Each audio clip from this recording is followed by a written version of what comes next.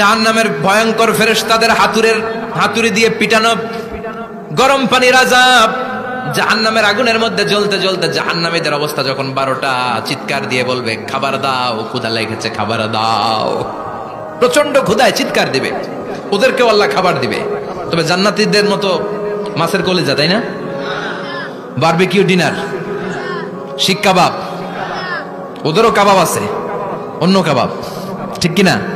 ওদেরকে দেয়া হবে দরি আর জাক্কুম। খেয়াল রাখবেন, জাহান্নামীদের খাবার হচ্ছে দরি। লাইসা লাহুম তুআমুন ইল্লা মিন দরি লা ইউসমিন ওয়া লা ইউগনি মিন জু'।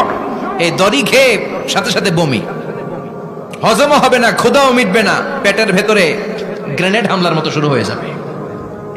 আরেকটার নাম হলো জাক্কুম, কাঁটাযুক্ত একটা গাছ। জাহান্নামের অতল তলদেশে কাঁটাযুক্ত একটা গাছের ভেতরে একটা ফল হয়, ওইটার নাম জাক্কুম। এটার নাম কি? এটা যেমনি বিষাক্ত, যেমনি দুর্গন্ধযুক্ত, ঠিক তেমনি কাঁটাযুক্ত। বিশ্বনবী বলেন লাউ আন্না কাতরাতান মিন জাক্কুম কুতিরাত ফিদ দুনিয়া লা আফসাদাত মা আইশাহুম। জাক্কুমটারে 2 টুকরা করে, একটা টুকরা যদি কেউ আল্লাহ পৃথিবীতে ফেলে দেয়, মুহূর্তের মধ্যে পৃথিবীর সব গাছগুলো নষ্ট হয়ে যাবে। পৃথিবীর সব মানুষগুলো জাক্কুমের বিষে বিষাক্ত হয়ে মুহূর্তের মধ্যে মরে যাবে। পৃথিবীর পুরো ব্যবস্থাপনা মুহূর্তের মধ্যে শেষ হয়ে যাবে।